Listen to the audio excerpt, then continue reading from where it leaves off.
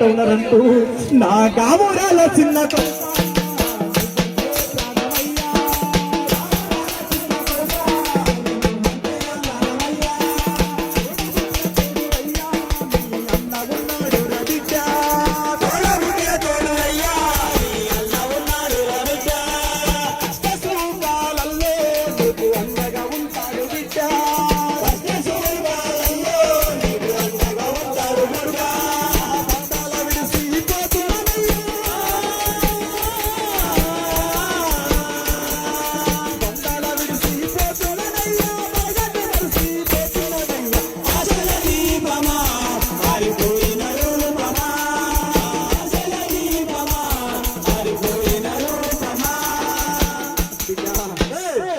పద్మవ్వ